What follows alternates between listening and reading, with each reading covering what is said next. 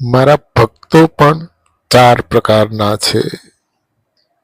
ભગવાન શ્રી કૃષ્ણ અર્જુનને કહે છે કે મારા ભક્તો પણ ચાર પ્રકારના છે: દુઃખી, જિજ્ઞાસુ, વિષયી અને જ્ઞાની. દુઃખી ભક્ત, જેને કંઈક દુઃખ છે અને પોતાના દુઃખને દૂર કરવા માટે જે મારી ભક્તિ કરે છે, મારી પૂજા કરે છે, મારી ઉપાસના કરે છે, એ બધા દુઃખી ભક્તો. બીજો છે જિજ્ઞાસુ ભક્ત, જેના મનમાં કંઈક જિજ્ઞાસા છે, કંઈક જાણવાની ઈચ્છા છે.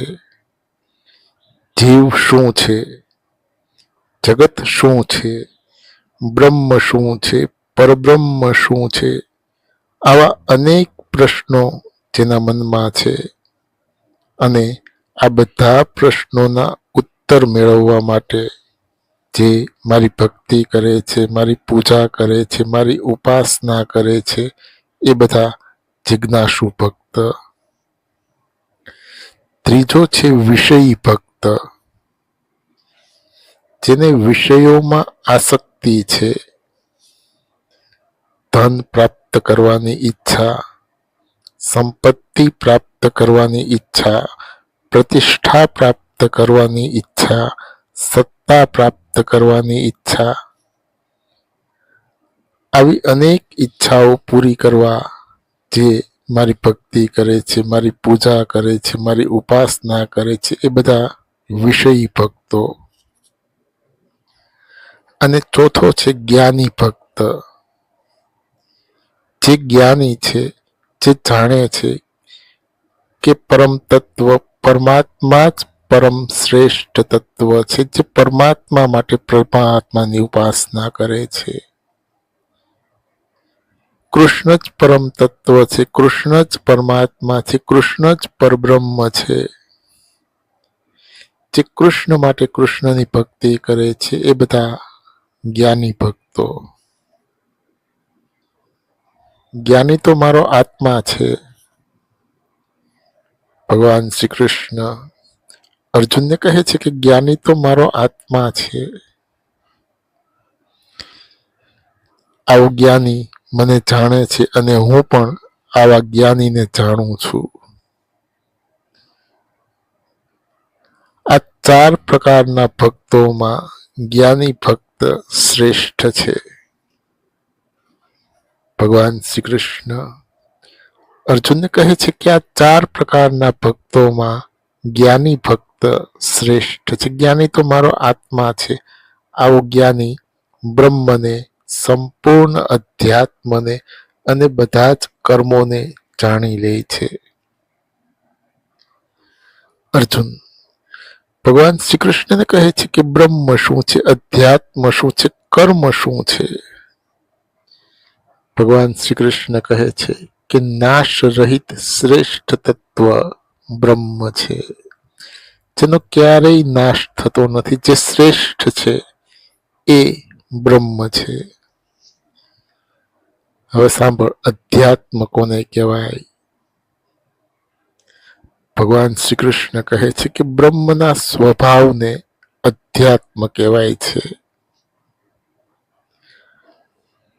હવે સાંભળ, કર્મ કોને કહેવાય?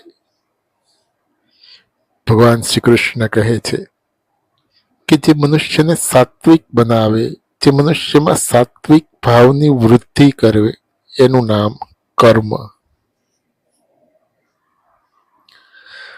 અર્જુન ભગવાન શ્રી કૃષ્ણને કહે છે કે તમે મને જગત વિશે કહ્યું, હવે આ જગતના લોકો વિશે કહો. આ જગતમાં કેટલા પ્રકારના માનવ સમુદાય રહે છે? ભગવાન શ્રી કૃષ્ણ કહે છે કે આ જગતમાં બે પ્રકારના માનવ સમુદાય રહે છે. આ જગતમાં બે પ્રકારના મનુષ્યો છે. એક તો દૈવી સંપદા વાળો મનુષ્ય અને બીજો આસુરી સંપદા વાળો મનુષ્ય. દૈવી સંપદા મોક્ષ તરફ લઈ જાય છે, મનુષ્યને મુક્તિ અપાવે છે. જ્યારે આસુરી સંપદા બંધનમાં નાખે છે. અર્જુન, ભગવાન શ્રી કૃષ્ણને કહે છે કે દેવી સંપદા વાળો મનુષ્ય કોને કહેવાય? દેવી સંપદા વાળા મનુષ્યના લક્ષણ શું છે?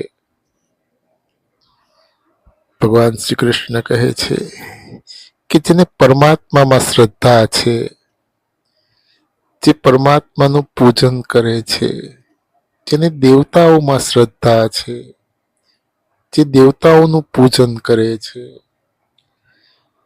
જેને ધર્મગ્રંથોમાં શ્રદ્ધા છે, જે ધર્મગ્રંથોનો અભ્યાસ કરે છે, જેને વિદ્વાનોમાં શ્રદ્ધા છે, જે વિદ્વાનોનું પૂજન કરે છે, જેને પોતાના ગુરુમાં શ્રદ્ધા છે, જે પોતાના ગુરુના ઉપદેશને ગ્રહણ કરે છે,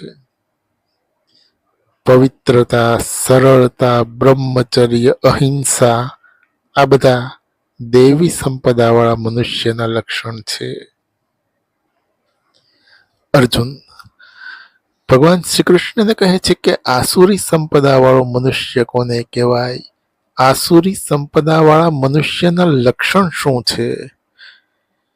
ભગવાન શ્રી કૃષ્ણ કહે છે કે જેને પરમાત્મામાં શ્રદ્ધા નથી, જે પરમાત્માનો તિરસ્કાર કરે છે, જેને દેવતાઓમાં શ્રદ્ધા નથી, જે દેવતાઓનો તિરસ્કાર કરે છે, જેને ધર્મગ્રંથોમાં શ્રદ્ધા નથી, જે ધર્મગ્રંથોનો તિરસ્કાર કરે છે, જેને વિદ્વાનોમાં શ્રદ્ધા નથી, જે વિદ્વાનોનો તિરસ્કાર કરે છે, જેને પોતાના ગુરુમાં શ્રદ્ધા નથી, જે પોતાના ગુરુના ઉપદેશને ગ્રહણ નથી કરતો, હિંસા, અહંકાર, આ બધા આસુરી સંપદાવાળા મનુષ્યના લક્ષણ છે. દેવી સંપદા મોક્ષ તરફ લઈ જાય છે, જ્યારે આસુરી સંપદા બંધનમાં નાખે છે. તું ચિંતા ન કર, ભગવાન શ્રી કૃષ્ણ અર્જુનને કહે છે કે તું ચિંતા ન કર, તું શોક ન કર, તું દેવી સંપદા વાળો છો અને દેવી સંપદા વાળો હોવાથી ચોક્કસપણે તારું કલ્યાણ થશે. આ જગતમાં જે કોઈ પણ મનુષ્ય દેવી સંપદા વાળો છે એવા મનુષ્યનું ચોક્કસપણે કલ્યાણ થાય છે.